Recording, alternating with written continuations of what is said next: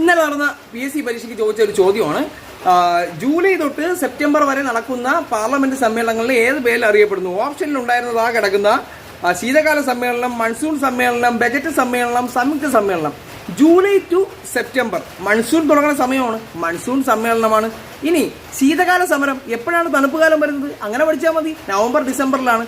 ഫെബ്രുവരി മുതൽ മെയ് വരെയാണ് ഈ ബജറ്റ് സമ്മേളനം നടക്കുന്നത്. ഇങ്ങനെ 3 തരത്തിലാണ് സമ്മേളനം നടക്കുന്നത്. ഈ സംയുക്ത സമ്മേളനം എന്ന് പറഞ്ഞാൽ ഇതിൽ പെടുന്നതല്ല.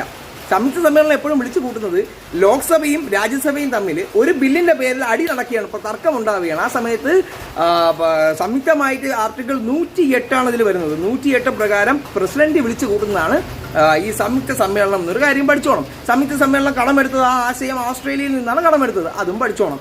ഇനി മറ്റൊരു കാര്യം, ഇതിന്റെ അധ്യക്ഷത, ഈ സമ്മേളനത്തിന് അധ്യക്ഷത വഹിക്കുന്നത് എപ്പോഴും ലോക്സഭാ സ്പീക്കർ ആയിരിക്കും. ലോക്സഭാ സ്പീക്കർ ഇല്ല എന്നുണ്ടെങ്കിൽ അധ്യക്ഷത വഹിക്കുന്നത് ഡെപ്യൂട്ടി സ്പീക്കറാണ്. ഇവർ രണ്ടുപേരും ഇല്ല എന്നുണ്ടെങ്കിൽ രാജ്യസഭയുടെ ഡെപ്യൂട്ടി ചെയർമാൻ ആയിരിക്കും ഇതിന്റെ അധ്യക്ഷത വഹിക്കുന്നത്. ഇപ്പോൾ റീസെന്റ് ചോദിച്ചാണ് പാർലമെന്റ് സമ്മേളനങ്ങളെ കുറിച്ച് ഒരുപാട് ക്വസ്റ്റ്യൻസ് ഇനി PSC പരീക്ഷകൾക്ക് വരുന്നതായിരിക്കും ഈ വർഷം.